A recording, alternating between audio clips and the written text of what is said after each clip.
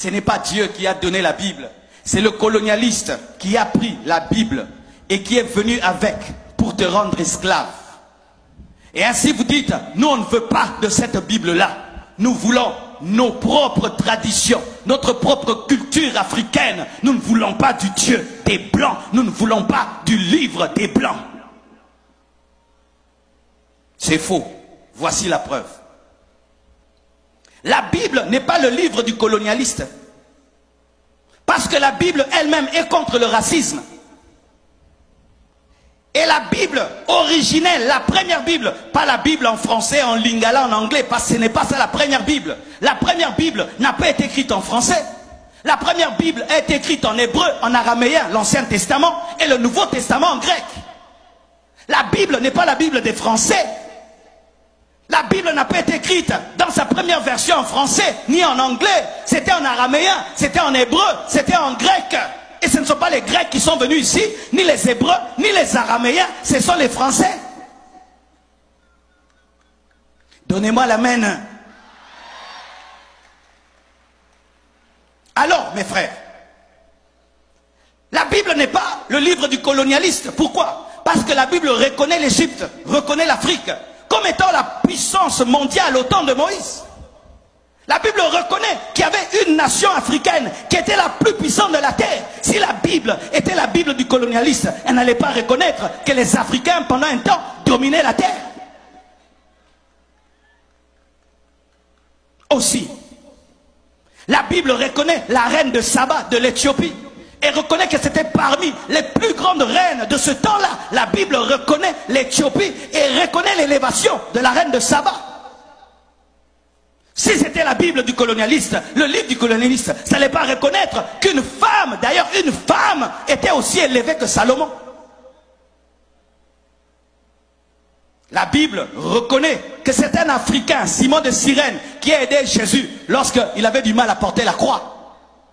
Quand Jésus portait la croix, qui est venu pour l'aider? C'est Simon de Cyrène. Cyrène, c'est la Libye. Donc ce sont les Africains qui sont venus aider Jésus quand il devait monter à la croix. Donnez-moi la main. La Bible reconnaît. Quand on a voulu tuer Jésus, il a fui où? En Égypte, quand il était un enfant. C'est l'Afrique qui a reçu Jésus quand il était bébé. Lorsque le peuple de Dieu a voulu mourir de faim, quelle est la nation qui les a reçus?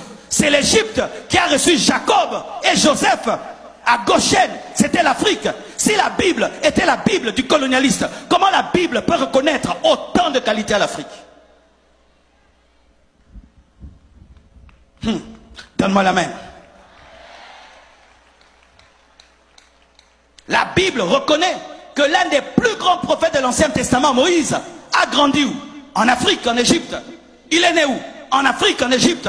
Il a été élevé par qui? Par des Africains. Parce que les Africains, ce sont eux les Égyptiens. Les Égyptiens étaient des Africains. C'est aujourd'hui l'histoire. On nous montre les Égyptiens avec des Égyptiens qui avaient des nez pointus. Non. On a fait des recherches dans les sites archéologiques. Les grands pharaons de l'Égypte, c'était des Noirs. Et la Bible reconnaît cela. Ce sont les Noirs qui ont appris à Moïse à écrire. La Bible le reconnaît. Mais pourquoi vous dites que la Bible est le livre du colonialiste? Lorsque maintenant nous-mêmes, nous sommes venus lire, nous sommes rendus compte que c'est vrai, dites c'est vrai. Les colonisateurs ont utilisé la Bible pour dominer le noir.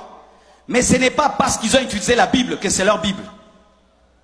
Ce n'est pas parce que je prends un couteau, je te tue avec, que ça devient mon couteau. Je l'ai mal utilisé. Il était fait pour préparer, moi je l'ai utilisé pour tuer. Est-ce que je vais jeter un couteau parce que le couteau a tué quelqu'un alors qu'à la base on l'a utilisé pour préparer? Est-ce que je vais arrêter d'utiliser l'électricité parce qu'un frère ici a touché et il est mort? Il a mal approché l'électricité et il est mort. Mais ce n'est pas que l'électricité est mauvaise. Les colonisateurs qui ont mal utilisé la Bible, c'était des chrétiens qui avaient abandonné Dieu et des faux serviteurs de Dieu. De la même manière qu'aujourd'hui, Il y a des gens aujourd'hui qui utilisent mal la Bible pour escroquer le peuple de Dieu. Mais ce n'est pas pour autant que la Bible est mauvaise. Ce sont eux qui utilisent mal. Les colonisateurs qui sont venus au milieu de vous, c'était des apostats. C'était des faux serviteurs de Dieu. C'était une église qui avait abandonné Dieu, qui utilisait maintenant la Bible pour avoir l'argent. Mais ce n'est pas pour autant que la Bible est mauvaise, parce qu'elle était mal utilisée. On l'a mal utilisée. Mais la Bible est une bonne parole.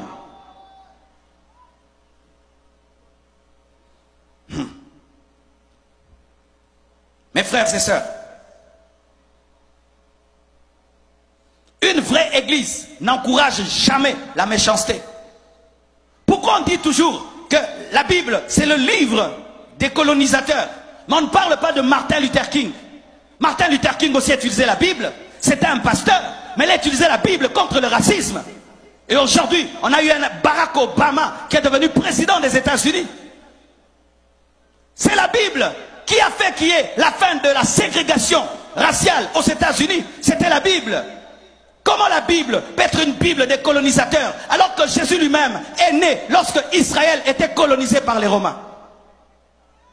Jésus est né dans la colonisation. Il a trouvé la colonisation. Les Romains dominaient les Juifs. Comment il peut encourager cela?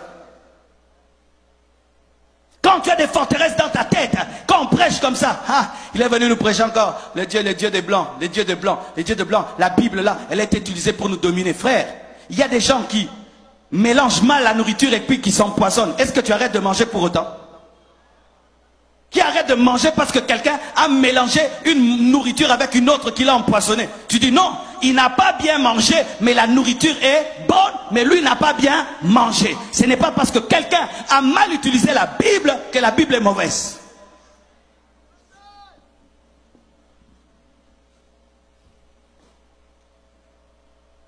Et on vous dit encore que Jésus-Christ est le Dieu des Blancs. Jésus est le Dieu des Blancs. Comme il y a le Dieu des Blancs, nous devons avoir le Dieu des Noirs. Donc que toute race ait son Dieu, c'est ça. Jésus n'était pas européen, mes frères.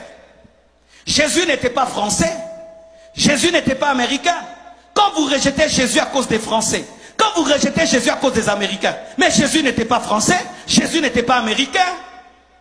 Jésus n'a même jamais prêché en Amérique. Il n'a même jamais prêché en France. Lui-même était juif.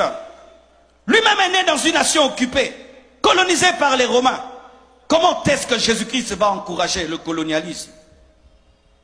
Et même s'il avait une peau claire, sachez que son sang était aussi rouge que le sang des Africains. Alléluia. Le sang de Jésus-Christ était rouge, rouge comme ton sang, comme le mien. Sinon aussi, que les Américains aient leur Dieu, les Japonais aient leur Dieu, les Chinois aient leur Dieu. Comme Jésus est juif, alors nous ne voulons pas du Dieu des Juifs, nous voulons le Dieu des Chinois, nous voulons le Dieu des Américains, le Dieu des Français.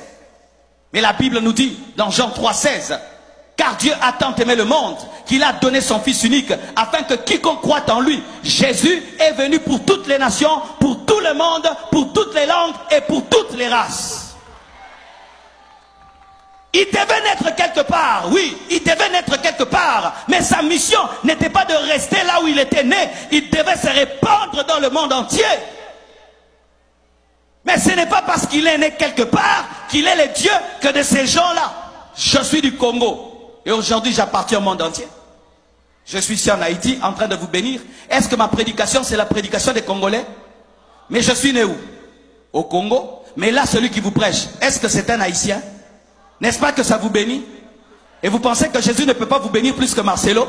Parce qu'il n'est pas né en Haïti et il est né en Israël. Vous croyez cela? La naissance ne détermine pas à qui tu appartiens, mais c'est ton message et ta vision qui détermine à qui tu appartiens. Jésus n'est pas le Dieu des Blancs, il est le Dieu de tous les hommes sur la terre.